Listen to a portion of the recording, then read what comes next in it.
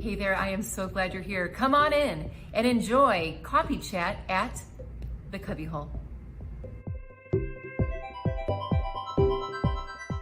Okay, you might be thinking, coffee sounds fun, but girl, what is the Cubbyhole? The Cubbyhole was a divine little nudge on my heart, if you will, to build the space in our basement, in our home, where our friends and family could come and receive encouragement and love. And that's exactly what we've been doing.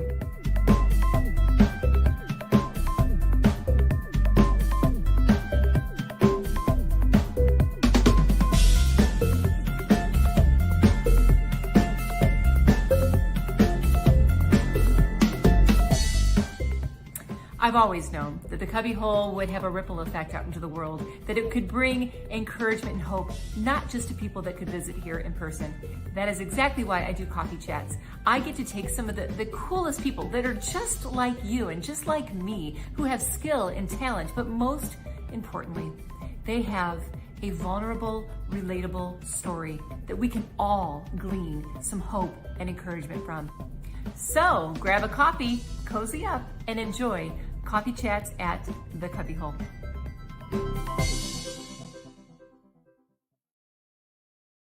Well, good morning, everybody. Happy Friday. Welcome to Coffee Chats at the Cubbyhole. I am so glad you're here. Today, we are talking a lot of different things, but I am talking straight to the heart right now to all of you mamas or even you daddies, because today's topic is, well, we are going to touch on so many different things. First of all, we are going to talk about the fact that, let's be real, being a parent is not that easy. And it's not, I want to say always glamorous, because is it ever glamorous? And today's guest is going to share her true vulnerable feelings about parenthood. She is an amazing mama, and she is going to share her deep soul when it comes to her feelings about parenthood and the realness of that. We are also going to talk about, everybody feeling loved and welcome. And obviously faith is always an undertone, a major tone of this show. And at the end, we're going to be somewhere through the middle, we're going to be talking about what, I am so passionate about: our stories, the deep-rooted details of our story. We are not even consciously aware of those little moments, those little eureka moments, the eureka little seasons in our life. Things creep into our heart and our soul, and they shift sometimes the way that we think, or sometimes the way that we feel. And the beauty in excavating all of that is that we don't have to walk around with those feelings anymore that might be weighing us down and we don't even know why. It might be causing us anxiety or strife, or we're judging ourselves, and maybe even sometimes we end up judging the world, and it's just all compacted in there. When we start rooting out our stories, we can find a lot about ourselves. And y'all know I am so passionate about that. So I would love for this to be interactive. If you're watching live on YouTube and you have comments, please feel free. I would love to share those comments. So without further ado, I would love to welcome my beautiful friend all the way from California, Eunice Tom. Good morning. Good morning, Marlo. Oh, how are you? I was saying earlier, you've had such a busy day already, just shuffling the kids. Yes, getting them out to school. It's always a hustle. Every parent realizes that, that's where it can be a joyful morning, or we can really lose it. Trying to get everybody, find the shoes, get going, right?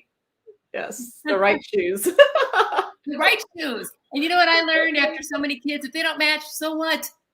Nothing bad's going to happen. They're not even going to remember. We have to lower our standards sometimes, right? Lower the standards to raise the peace. That's what I say. I like that. It's a good way of looking at it.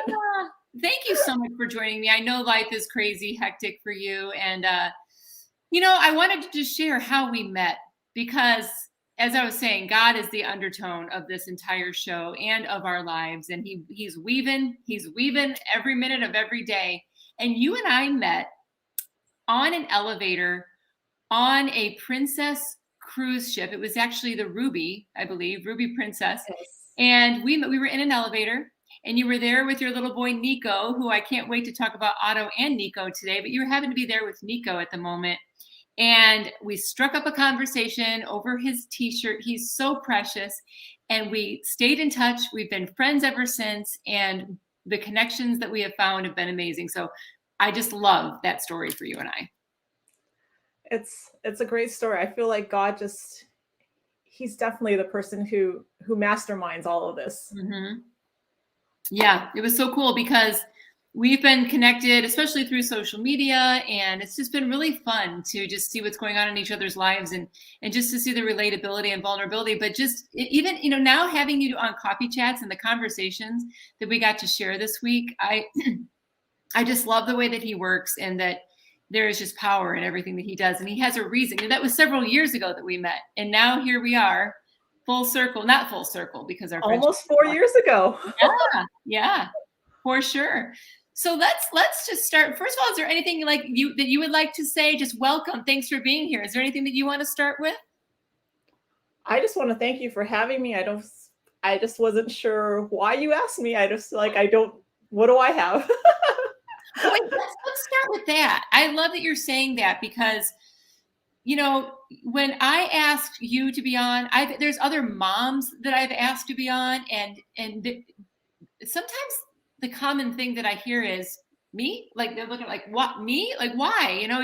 They'll say you've had comedians or people that are like award winning this or award winning that, and they think people have this misconception that they don't have anything to share. And I'm like, first of all, I love all of my guests, but I love people that come on and they're everybody just tells their real story. And I'm not a math person, but I do love the phrase common denominators, because the common denominator we all have is our story. Everybody has a story. Doesn't matter. We are just in this life, doing our thing. God has a plan for all of us. None of us stay here forever. And we are equipped with these stories that make all of us equal. Just in that concept alone. Oh, absolutely. And we all have stories, and I've appreciated the stories that you've been able to reveal on the show. And now I guess I get to tell some of mine. Yes, you get to tell, and it's a powerful story. And that's what I want. The point that I just want to just make here very strongly is that whether you're a stay-at-home mom, whether you're a CEO, whether you're an award-winning actor, comedian, everybody is loved by God. And that's also the other undertone for today, is to everybody to just be treated with the beautiful way that they are made, the way that and with the purpose that we were put here on the earth, and we're all here for such different reasons. So let's dive into being a mom. Let's just start there. Yes. Like, let's just pull off all the vulnerability layers of the onion and dive right in. We were laughing, we were crying the other day. We were just talking about realness. Would you share, because I know there's not even a question that this is going to resonate with a lot of parents. Would you share your realness about mamahood? I can't believe I'm a mom. It is not something I dreamt of having. I was never one of those little girls who'd be like, oh, I can't wait till I get married and have little kids. And I was like, no, that is not for me. It just seems like sometimes I wake up in the morning, I just think, is this my life? Do I really have children? Seriously? God, really? Is this where you put me? And what life am I living right now? Yeah. And it's like, whose life am I living? But that's the reality. And I think God has a brilliant sense of humor, because he put me exactly where I said, I don't think I really want to be. I love what I do. And during our conversation, I took some notes about some things that I want to share with you in a minute. Later in the show, but just some parallels that you said that were really, really powerful. But with regard to you being a mom, some of the things that you've said about that is, you said the feelings that when you get down to the realness of every day, some of the things that you've said are, what's wrong with me? I know a lot of parents feel that, what is wrong with me? Or even because you're in that vulnerability of sharing that truth which, by the way, I love that you share that, because that's one of those undertones that we can be walking around with and we could never admit it. That's what we feel like. We could never say those words out loud. And I love that you said those words out loud, because that's healing. Just to be able to share that, to share the truth. You said sometimes kids aren't always adorable, and that you said, I don't feel like I'm sinning sharing all this. And you're not. It's true. It's real. The life and the feelings that we have, they're all real. You said faking it is tiring. Being a mom, trying to be the room mom, and people pleasing, and it gets exhausting having to be nice all the time. So those are a few of the things that you were sharing. Talk about any part of that you would like, because we are here to hear from you. I think it's Nico has Down syndrome. Mm-hmm. So first of all, he has Down syndrome. He has a bunch of other challenges that make it hard for him. And I realized early on that I was not equipped to do it independently. I was not equipped to be his therapist, his PT, his OT, his speech. I was not equipped to do all of that on my own, and his education. I knew I needed people. And when you need people to make sure your child is thriving, you got to be nice. Yeah. You got to be really, really nice, because if you're not going to get that help. Mm-hmm. And it's such a delicate network that, that is around us. And we have fabulous people around us. And my child is thankfully adorable. And I fear the day that he's not adorable, because I wonder if we're going to get the help that we need. Mm-hmm. Are the therapists going to be as accommodating? Are the teachers going to be as kind? Are the doctors going to make referrals as quickly? Mm-hmm. And I think it's exhausting. It's not necessarily it's not just faking it. It's overemphasizing the kindness sometimes, because you really want them to know how grateful you are to them. Right. And so you do the extra, you do the more, because you got to remember all the birthdays. You got to remember all the national doctor days, therapist days, teacher days. You got to do all of that, because you need these people. Right. They're crucial to the betterment of your child. And so you're going to do all of that, because if you don't, then it's guilt. Yes. And, I want to wrap back around to that point, because that was one of the discoveries that we made, that concept alone of, remembering people, letting people know that they're seen and heard. That is very, very important to you. And that's one of the beautiful byproducts, if you will, of our conversation. And we're going to get into that in a minute. But I love that you were mentioning Nico too. And Nico is so special. Both of your boys they're adorable. But like you said, with Nico, it does present a separate set of challenges. Before we talk anymore, I just would love to show this quick little video of that was from, is it your church that is Prince of Peace? My child's school. Child's school. Okay, that's where he's going to school. So this is a little clip from a video that they put together about Nico. And this is a video of, a lot of it is you and your husband and Nico together.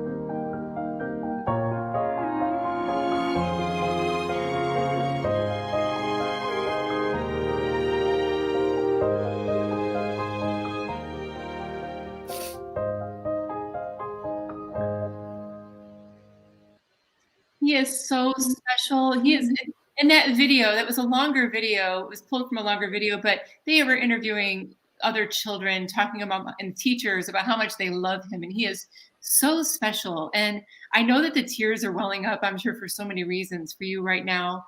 But as a mama, you want your biggest passion, I think, with this entire coffee chat, your everything that you feel about your child, your every day is you want people to see people for the beautiful way that God made them, not for their disability or an inadequacy, quote unquote. Not that we have inadequacies, but talk about that because I know that that's where the truth is and the tears you're crying right now.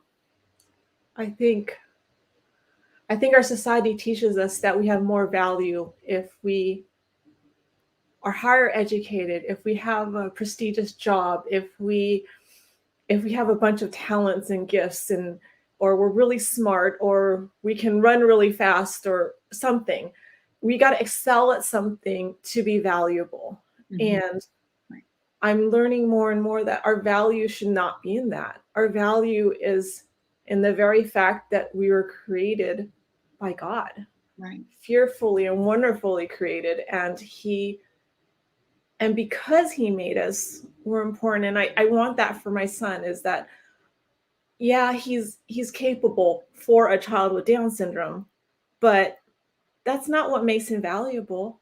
He's valuable because God made him. And I love that he is in a school right now that sees that, who does not, the school does not measure him by his abilities. They want to see him reach his full potential, but they value him for exactly who he is, for who God made him to be. And I wish that for every child, for Otto. Yesterday, Otto came home and he was so excited to show me that he got an award at school. I guess he got Student of the Week in preschool. He's 4 years old and he was thrilled. And he was like, "Aren't you proud of me, Mama? Aren't you proud of me?" And I was like, "Baby, I am proud of you. Whether or not you got this award, I am proud of you." And I wanted him to know that because I grew up like always feeling like I needed to do more. I Mhm. needed to earn I needed to earn the love and respect of the adults in my life. And Mhm. and I want, as much as I didn't think that I was going to be a mom, but since God put me here, I want to be able to use that role to show to them, "Hey, yeah, I want you to do well and I want you to try your very best, but you're not measured by that. Oh You're gosh. not you're not valued by that." Yeah, and that's the culmination of rooting out the story that we were diving into about all the things that you just mentioned in your world, in your life. And I can't wait to get to that because that's where, I mean, the healing happens when we lean in on God. We know that, but he gives us the hands and feet. You know, faith without works, it says, is dead. If we don't do the work of digging in and trying to figure it out. And that there was a lot of discovery in that. But I'd love to go back to what you said about being fearfully and wonderfully made. And that is from Psalm 139. And I would love for you to give your thoughts about what that means to you. And I wanted to just give the side note that a lot of people think fearfully and wonderfully made. Why would he make us fearful? And what's your take on that verse? It's not fear about being scared. It's fear in that you're in awe, Mm-hmm. because you know that it takes someone that big to make life. It Mm-hmm. takes someone that big to make each of us special and individual, and just wonderful. I mean, it's an awe. It's Yeah. an awe. It's not being scared. It's an Mhm. awe. That fearfully, I don't know my Hebrew that well, but I don't think it's about being scared. I No, think I exactly. think it's about being in awe, and Yeah. that's what I'm in awe. And I look at my children and I'm in awe. I'm in awe of who they are and how they've grown up, and or I guess they're still growing up, and I'm just in awe. I mean, Nico, we were told so many things about him. We were told, for example, he was on a feeding tube from the point he was 2 months old. And we were told that he would be 10 years old before that feeding tube came out. Mm-hmm. And we thought to ourselves, you know what, if we can get him to 9, that's awesome. Let's be overachievers. Let's get to 9. He had the tube out at 4 years old. Oh, I mean, his doctors were in awe and they were clapping for him and everything like that. And you can say, oh, it's Nico, but I'm like, no, it's God. mm-hmm. It's God. You Mm-hmm. got to be in awe of that. Mm-hmm.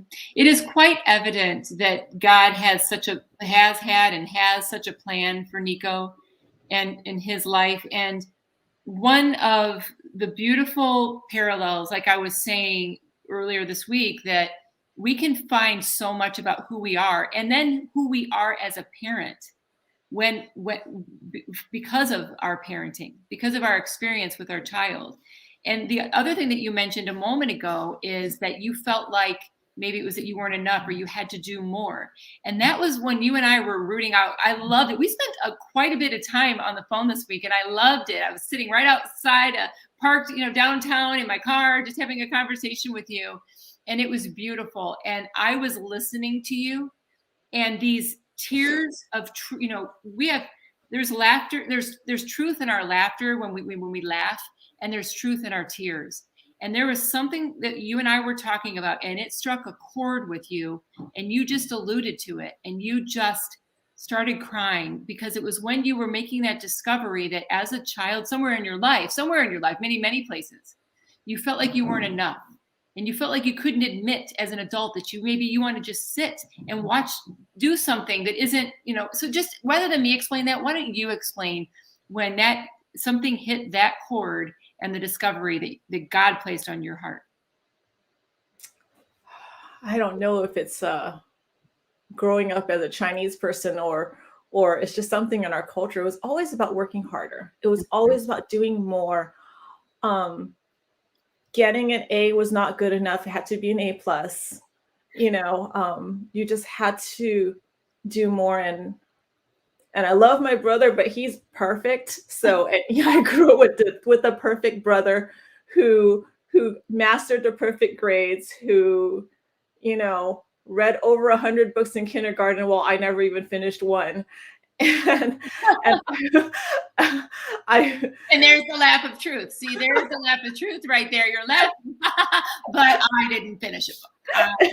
Exactly. And I had to go back in and over the summer and bring back the one book that I never finished, which was embarrassing. But wait, I want you to continue that thought, but I want to share something. It's a quote by Winston Churchill that says, oftentimes we stumble on the truth, but we get up and go on like nothing ever happened. And when a lot of moments in your life where you're laughing about the book, we laugh. We use laughter as a way to maybe inadvertently divert our feelings, but that laughter is truth. And that what you stumbled on that was truth, you didn't even know that it was truth, that you're laughing about it, but at a core level, it in your daily life, it shows up and continue, because I know you're going to tell how that shows up in your life, but that's what happens. We got to look for the truth, even in the little laughter moments. We laugh it off, but it's not so funny sometimes. Yeah, I think it's hard because you're always trying to figure out, I need to do more. I need to earn the respect of my teachers, of the adults in my life, and to make sure like I'm good enough. Right. Because I became a reflection of them. Mm-hmm. And if I didn't, then I brought shame upon the family, upon the church, upon the teachers, the school. So it's like you have to do all these things, but that's not my intrinsic self. I was not the hard worker like my brother was. I was not as smart as he was. I was not as smart as a lot of other people are, and I didn't have a bunch of talents. I couldn't play an instrument properly. I can't sing for the life of me. I mean, our youth choir teacher, when I would sing, she would be like, down, lower, Eunice, lower, and I mean, I didn't have those talents. They would have like talent shows for kids, and I'd be like, what do I have? I have nothing. I'm just going to sit in the back and try to look as small as I possibly can. Mm-hmm. And everything was measured by ability. And I didn't have that. Mm-hmm. Couldn't run fast, short little legs. I mean, couldn't really do sports all that well. I was just me. I don't know if it's average or below average, and that's kind of how I felt. And it was hard to see my own value because I wondered if other people saw me as valuable. I think if we stay right there, we could be talking for hours. So that's where I want to stay. I want to stay right in so many things that you just said. You said I was just me. And it's kind of like when you might have felt, why is she asking me to be on the show? I'm just me. And one of the other key points that we rooted out of our conversation was we were talking for hours, and what the concentration. Oh, remember I said that I felt like you were like a reduction sauce. Oh, Like, yes, that's right. and all these beautiful ingredients into a sauce, and then you just cook it down, and then you have this beautiful, delicious, concentrated version. And that's what happened in our conversation. All these thoughts were going in, and it boiled down to this beautiful concentration of some truths. And one of them for you is justice.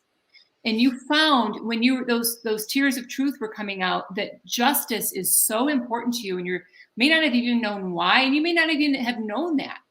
And in our conversation, we realized you were realizing that justice is so important to you. Now, if you take that back and you parallel that with, I couldn't run fast, I had these little legs, I was just me. You know what? The discovery I made, you and I talked for a long time, and then we just couldn't connect again because our lives were busy for the rest of the week, and I never had a chance to share this with you. But I see it so clearly. I can't speak for God, but it's such a beautiful notion to consider that God made you a mama. It's the last thing you would have expected you would be doing. You used to be an event planner, and I'm like, girl, you are an event planner. You're planning events every single day. But what he placed on my heart is just the beautiful picture that God made you a mama, and then he gifted you also with Nico, with to see your life through their eyes, through their world. And with Nico, you especially want justice. You want justice in the world. You want people to see him for who he is because he's your beautiful son. But there is this part of you that you feel like that was absent for you in your world. And I want to share with you a couple of the things that you said to me that I haven't had a chance to share with you. And what I want you to just take this and listen to it as you, because sometimes we forget to think of ourselves as needing or having desires or having feelings that, we need to still process too, or justice for ourselves. We want justice for our children, whether they have special needs or not, but we don't think about it for ourselves. So this was the parallel, and I think it's beautiful that I never had to share this with you until now. But this is what you said about Nico. But for just a moment, I want you to step away from being a mama. And of course, you feel this about Nico and your kids, but think about this for you. These were your words. You said, I'm angry, sad, and mad. When worth is based on what he can, not what he can't do. It's based on what he can or can't do. And I looked at that and I thought that is where we had rooted out the feeling of laziness, and I have to be busy. And you even said there's virtue in being busy, busy, busy. That paralleling that with the story that you just shared. Look at that for you. That's why you want him to be loved just for who he is, not what he can do, and not to be disliked or judged because of what he can't do. And I think there's a part of you. So talk about that, and then I'll tell you about the other discovery that I wrote down that you said. I think it does make me angry and mad and sad that people will value him or me or anybody more just based on if we can do more. I guess I feel like there should be value in exactly who we are. And isn't it true love, and is it more kindness if we can love people when we extend ourselves, not asking for them to extend themselves, but that we can extend ourselves. And I don't know. I mean, I keep coming back to school, and that's one of the things that I've been able to rest in, is that they're willing to extend themselves and not just say he needs to measure up to this or that. And I don't know if I shared with you, but we talked, I mean, the public school system didn't work for us. So we went into the private sector. Right. And we talked to over 10 schools, most of which would not even meet him because they just said, "Oh, he's has Down syndrome. That was it. Oh, I don't think we can help him." They Mhm. didn't want to meet him. They didn't want to see who he was. They just heard a diagnosis and that was it. And that's for elementary and preschool. I talked to over 80 schools Mhm. who would not take him. And I think that's hurtful, especially because a lot of these were Christian schools. Mhm. And I just feel like, how is it so hard to extend love? How hard is it to, give a little of yourself? And isn't that what we want to teach our students anyway? And that is what the kids in his school are learning, is that they learn to extend themselves. Mhm. Um, Mhm. and for that, they're all going to grow up to be better adults, better than I am, because I have to say, extending myself is hard. And maybe that's why God made me a mom. Right. And but I'm learning how valuable that is to extend myself, to say to other people, I don't need you to earn my love or to earn my friendship. Yes. You know, let me reach out to you. And sometimes they'll reach out to me when and sometimes it's reciprocal, sometimes you're the one who gives more, sometimes it's the other person who gives more, but it's not counting how that friendship is going to be better for you. Yeah.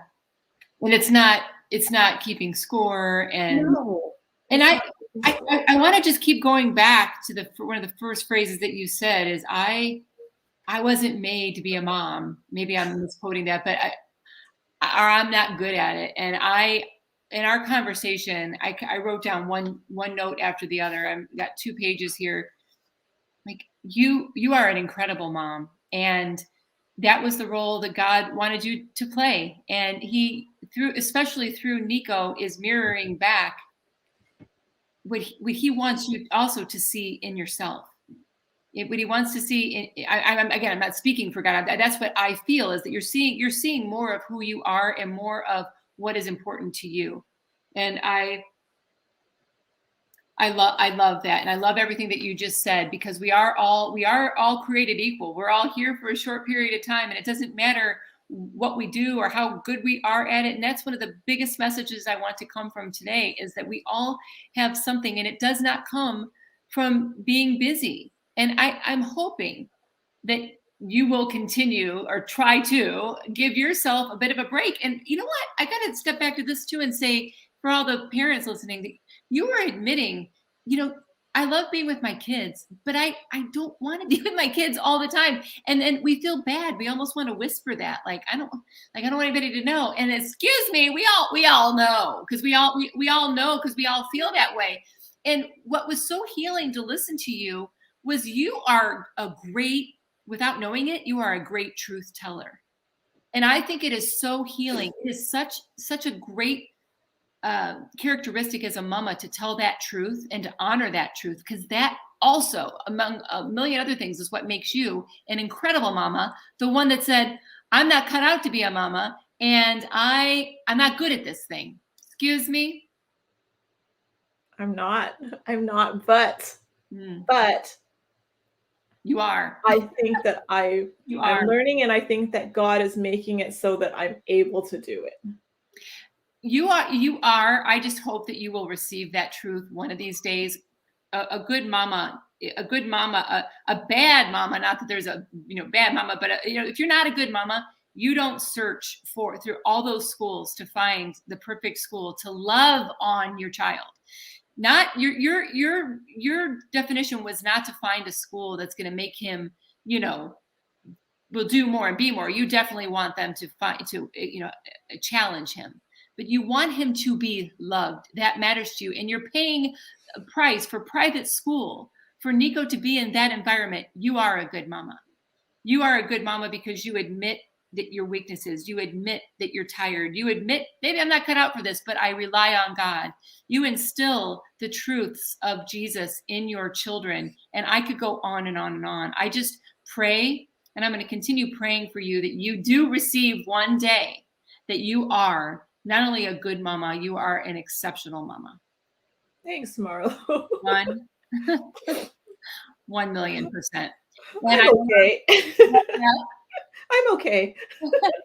that. You're also humble, and that is another thing that makes you so beautiful. And you said, this is what else you said, but I'm just, inviting you to hear this with you in mind. You said it about Nico. Think about this for yourself and what you talked about with your past and not feeling, that feeling of enoughness. And maybe, I don't want to speak for you, but maybe like inadequacy or unworthiness, unless you're just lighting the world on fire. And what is the definition of that anyway? But you want him to experience love, kindness, compassion now, so that when he goes into the harshness of the world, he can better share God's love. Eunice, do you hear that? I think now I'm going to say this with regard to you. Again, I'm not speaking for God, but I can only see your experience being put in a situation where you didn't think you should be a mama, and you're doubting yourself, and then you have a special needs child. I just think of the beauty of God's love, putting a mirror in front of you.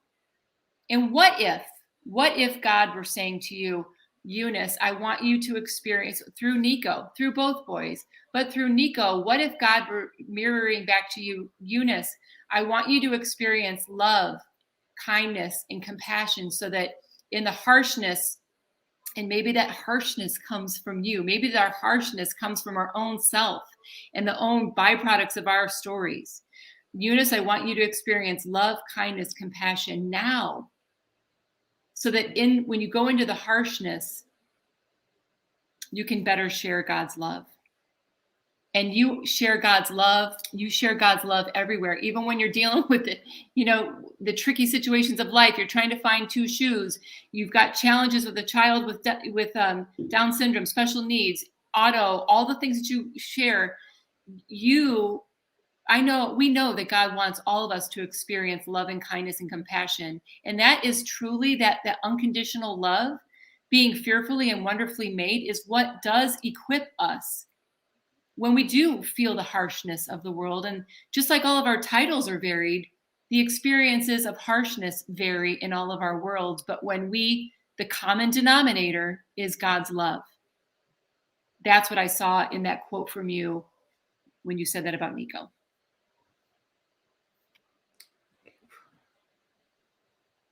Yeah, you put a pin on something very interesting, because I feel like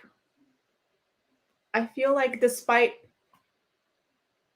the difficulties I may have had growing up or in my early adulthood, when I look back, I can always see that God was part of that. I can always see that he never stopped loving me, and he never stopped being a part of my life, even when I didn't want him to be. He was still there. And because of that faithfulness and that steadiness and that love, I find that it's possible for me to love people right when it's hard, when it's not as obvious, when they're not giving me something, I guess. And to be able to say, hey, at points I was not worth that love in some sense, but yet God determined that I was worth it. And so what can I do to also show somebody else that, yeah, you matter, you're important. Right. And especially if that's exactly what I want people to show my children, then how can I not do the same? Like, in my desire for justice, my desire and in the midst of my anger, how can I treat people unkindly if I want people to treat my child kindly? Like, what am I teaching my children if I react in my anger with harshness when I want them to experience compassion? They may not see it always, but I feel that kids are intuitive and they'll know it. And so I try really hard. It's not my intrinsic self because I'm a reactor. I have a temper, and You're I'm also learning you're human, and and I'm learning a lot about being able to breathe, and I'm learning a lot about saying sorry. yeah, that's grace. I mean, that's when we expect ourselves to be perfect, uh, well, we're not going to. So we are setting ourselves up for failure because in one area or the other, we're going to quote unquote fail. But that's why God's love through Jesus shows us grace. And that's another thing that makes you a wonderful mama is that you're willing to not show up perfectly, and your kids they see they watch us, and I do. they see you giving yourself grace and others. See, the definition of a good parent, it's so varied and it depends on the person, right? But that's another beautiful quality of you is your ability to give yourself grace. And I'm trying. you are. I know that you are. Yes, I don't hand make the little class favors. That's not me. Mhm. And you know what? Yeah, okay, girl, please. You are talking to the right person. I have an entire set devoted to perfect mom and how I am not that. No, thank you. No, they're all showing up with their I was joking I joked that moms are like, do you make bento boxes? The bento boxes with all the little containers. I'm like, girl, our oldest is 28. I make bento boxes. I just call them Lunchables. Yes, I do. I wouldn't even know what to put in each little hole. I don't have anything. Yeah, what coffee? Like a kid gets to school, like, what are these coffee beans here? What is this? Who eats lima beans for lunch? I don't even know what's little 10 little butterscotch candies. Oh, we have to give ourselves a break, and that's why I love that joke and elaborating on perfect. Joking about perfect mom, and it's okay. Perfect mom is great. She's a blessing too, but Oh, she's awesome. yeah. I am not perfect mom. No, well, but I give myself grace and I do give myself credit for the moments where I do show up like perfect mom in my definition. And that's that they got to school, with at least 2 shoes. So we have to define that for ourselves. Oh gosh. Oh, there's so much you said. And I'm looking down and I'm trying to listen to you at the same time, but I'm just loving all these notes that I have. But I'm going to, I want you to just, if you wouldn't mind, there's a lot of people on this show that are like, okay, she's talking about faith, but, and what does she mean by that? What did your faith walk in general look like? Have you always leaned in? And how do you try to lean on that every day when you can't find 2 shoes and you're comparing yourself to others? And what do you do in those moments with regard to faith? Or no, let me take a step back. When did your faith journey begin? Did you always have faith your entire life, or was there a time where there was a turn and you began to trust in Jesus? I grew up in a Christian household, and I thought I knew what faith was for early part of my life. I did the prayer at 8 years old so that I could get the red Bible that they were giving away at church. I just wanted the red Bible. Good purchase already. I want the free gift. Exactly.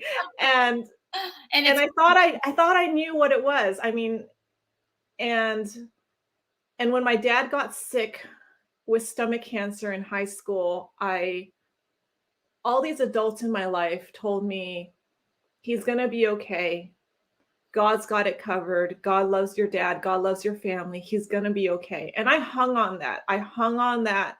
I believed it with so much truth, because how can all these adults who are, I guess, at what I believe was, faithful individuals, how, of course they would know. Of course they would know. And when he died, I was shattered. I was completely shattered. And that's when my faith plummeted. And I could not believe that God would let that happen. And I was angry. But I didn't show anyone that. I felt like you have to keep doing it. So I faked it. I mean, I kept going to church. I kept going to school. I didn't miss a single day of school when my dad died. And I just kept doing it. I smiled. I did all the things I needed to do. And and I just and I was just like, Whatever. That's what everyone believes in me. The girl from a Christian household. You gotta keep going. You keep doing all the things." And it was one day out of the blue. This was like probably almost a year after my dad died. I had a friend who called me, and she called me. It was completely random, and she called me, and she's like, I don't know. I don't know how to say this because it's kind of weird, but I was praying, and God just told me that I have to tell you it's okay to be weak.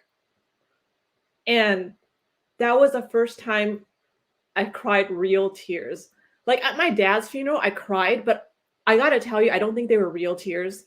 I think they were you're Obligatory. supposed to cry because this is your dad who died. And so you conjured up the tears. But that was the first time I really cried and full out cried. And I think I scared her because she was like, "Uh-oh, what happened here?" And but I think it was at that point in time my faith transformed. It became a faith of not that things would work out the way I wanted them to, but it was a faith that said, "Hey, he's got it covered and I don't need to be in charge. I can stop pretending that I know what's going on. I can stop pretending that I know how to handle everything." And I mean, I haven't perfected the being weak part, because there's still times where I definitely pretend, but I feel like I'm grasping and learning more and more, even many, many years later, about faith is not about thinking that everything's going to be working out, but it's realizing that God is in charge. I don't need to be in charge. And because God is in charge and he is the God of love, he's the God of goodness, it'll be okay. Not my okay. It'll be okay because he determined it. And then not just okay, it'll become wonderful because of him. Mm-hmm. And I may not see that. There are days where I'm like, this is not wonderful. This is horrible. I just dropped oatmeal down the front of my shirt on the way to school because I couldn't eat before that. And I'm now covered in oatmeal down the bottom. This is just yesterday, by the way. Yes. And I just gotta be like, what are you gonna do? And just be like, you know what? This is small. This is small. The kids got to school on time. and it's okay. And I just have to be okay with the non-perfection of my life to become the perfection of his will. And if I were perfect, why would I need him? That's true. Yeah. And what a gift to have a friend like that, whether you guys are still friends or not, but to have a friend, first of all, that had the courage to call you with something that was placed on her heart, and the willingness, because sometimes those things, I always say, if you feel something that's for somebody else, definitely share it, because that's God's work through you. That's that Holy Spirit knowing, that feeling. And when you reacted the way that you did, it's just awesome for her to be able to see that was the truth that you were supposed to hear. I am so thankful that she shared with you that it's okay to cry, because, and I think that's a journey that you've been learning, and your journey is now reflecting and ripple affecting out to all the people that watch this. Just a reminder, a beautiful reminder that it's okay to cry. It's okay to be human. There's a thing called toxic positivity, when, and that's what I talk about a lot, is that we have two things that really hold us back in a nutshell. And it's our paralyzing perspectives. It's like with what you were talking about with, the way that you would show up, having to be busy all the time, was a paralyzing perspective. And when you can shift that and see God's grace and say, We don't have to do. And the other is our sabotaging experiences. And that comes when people, even with good intentions, say things to us that they, because it's a generational thing. Don't cry, we don't cry. Or, and I'm not saying that your family did that, or just something that you picked up along the way, that I have to be this warrior. It probably came from a lot of different arenas. Like, I have to be a warrior. I have to show up. And the only warrior that we need to be is one that has the armor of God all around us. And I know that there's truth in that armor, that it's okay to cry. There's beauty in those tears. There's the vulnerability. There's the truth that we are already enough. And toxic positivity sometimes happens in those sabotaging experiences because we don't have to go around saying all the time, don't cry. Everything's going to be fine. Maybe it's not going to be fine. Maybe it will. But we get caught up and we feel like we have to put on this. Immediately when somebody says, don't cry, you're thinking, oh, I can't cry. I'm upsetting them. And then it journeys over to people pleasing, right? And you and I talked a lot about people pleasing. So do you want to respond to that? Because I want to move on to that people pleasing element that you mentioned earlier. Yeah, you gotta please people because, well, one is it feels good. Mm-hmm. It feels good because then somehow you get their approval if you do the things that they want you to do. Then there's also the sense of, maybe that's the sad side, which is that you get more out of it. You get more out of the relationship if you can please them, because then they will be more accommodating. Mm-hmm. Mm-hmm. And yeah, that's sad. It's a sad way to live. Why? Explain that. It's a sad way to live because then you sometimes lose sight of that you need to be pleasing God, or that you need to have some sort of your own happiness, and you're running around trying to make sure everybody else around you is happy. And it's not that you don't want them to be happy. It's not that you don't want each of these people to know that they're valuable and important and special and loved. But sometimes it's so much that you lose yourself. Right. Yep. So it's overwhelming sometimes. Mm-hmm. What discovery have you made through this process when just talking about that concept of people pleasing and being nice to everybody? What's bubbling up to the top for you, like the real truth about that? I mean, aside from, of course, it's beautiful to be nice to people and remember them, but what bubbles to the top for you that you might see in a different way after this experience of just processing through this? I think I realized that I have a duty to be kind, but that person does not need my kindness to determine their own worth. And so that gives me some grace. Like, yes, I should still be kind. I should still do all these things, but not in the way of they need it from me. And I think I'm learning that more and more, because even when other people are kind and nice to me, I value it. But when it comes down to it, that also doesn't determine who I am. That's what I was wondering if you would say. It doesn't determine who you are. And you said the word duty, and the word that the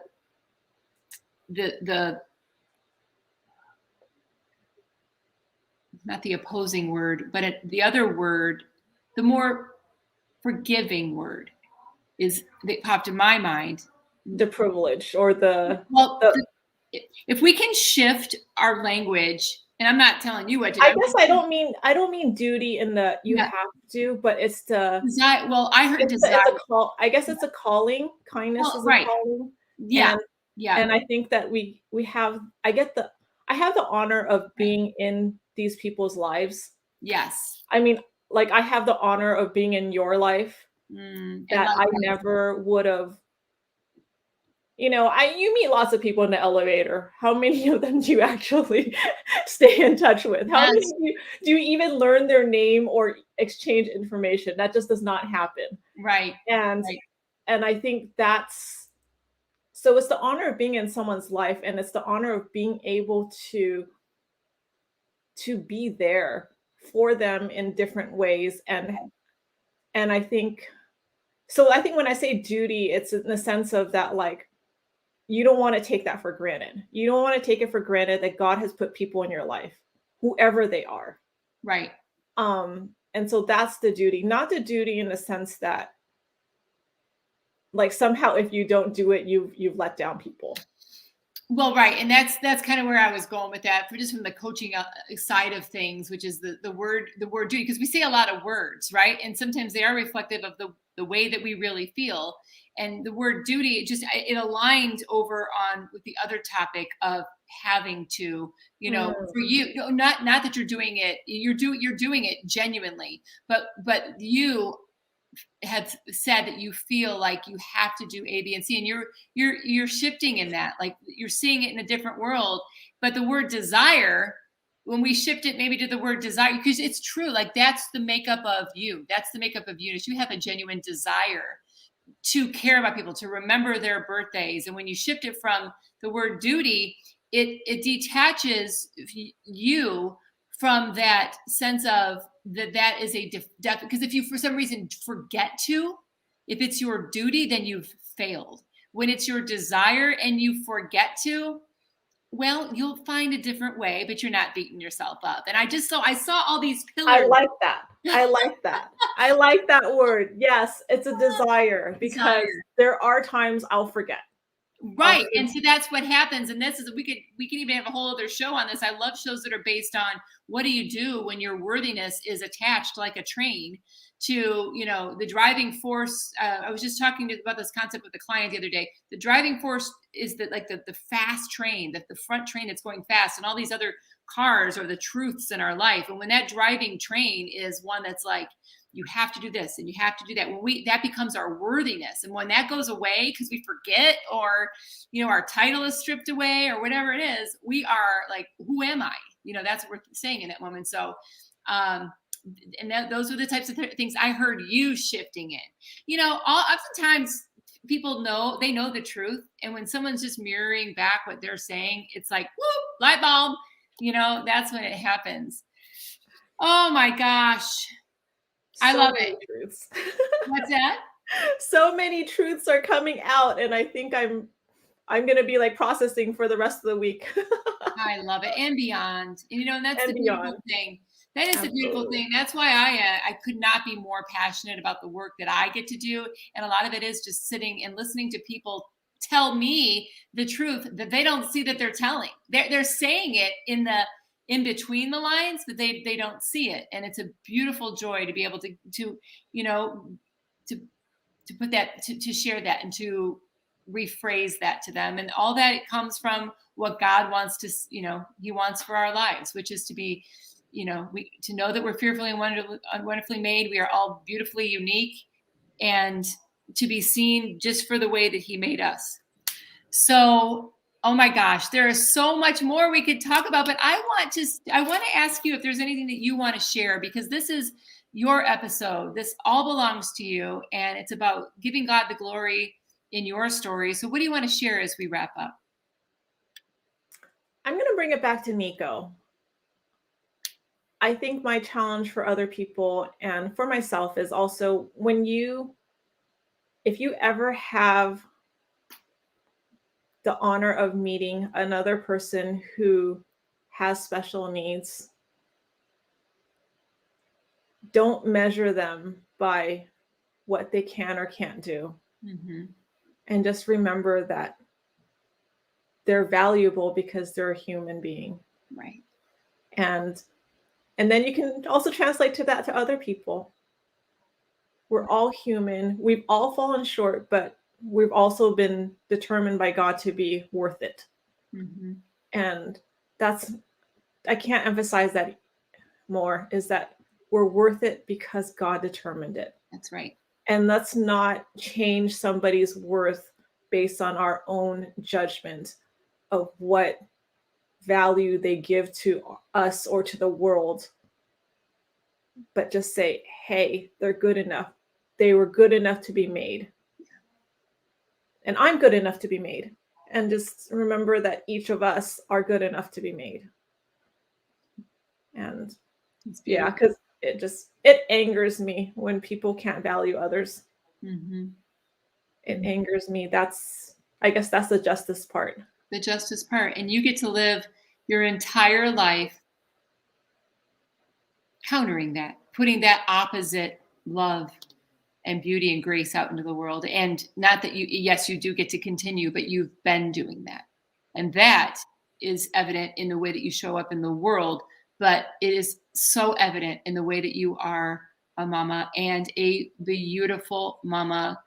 You have the joy of like reversing all those misconceptions about you. Yeah, no, being a mom every day isn't wonderful, but whether you're good at it, I can only see it as God used your role as a mama and all the challenges that come with it and all the beauty to mirror back to you that you are capable. That's what God wants us to see. We are capable, we are beautiful, we are fearfully and wonderfully made, and we are courageous when we lean in on him for that strength. And that is so evident in your life, Eunice. Thank you, Marlo. Thanks for having me. Of course, it has been great. And doesn't the time fly by? It does. Yeah. Well, thanks for representing so much, and thanks for representing, all those mamas that I asked them to come on and like, me, what, and come on, you have a beautiful story and you are a beautiful shining example of God's light. So thank you so much, Eunice. And I'm going to say goodbye for now, but I'll talk to you in just a minute. Okay, thanks so much. All right, you guys. Well, oh my gosh, what a great episode. I hope that you gathered all the little seeds that were planted in that episode. And if you're ever feeling like you're not enough, if you feel like you have to just keep doing and being and achieving, that's not what life is about. Do what Eunice was talking about. Give yourself grace. When we've got the metaphorical oatmeal dripping down our shirt and we can't find the shoes and we're not like this person and we're not like that person, just remember even the beautiful example of Nico is to just show up in the world, and we want to give love, of course. But what Nico represents is just the word love and courage. Have the courage to love yourself, whether you're perfect or not. And God made us all, again, fearfully. We are wonderfully made. We are if we can just sit in the presence of God and be in awe of us and in awe of the beauty in the world around us. That's what he wants for us. And peace is possible. Peace is possible when we surrender to the stories, dig out the stories, and tell the truth and see our lives with a completely different set of glasses. And most of all, the peace in giving ourselves grace. Okay, that's all for now. I will see you all next week. I can't wait. Until then, have a beautiful week, everybody. Bye-bye.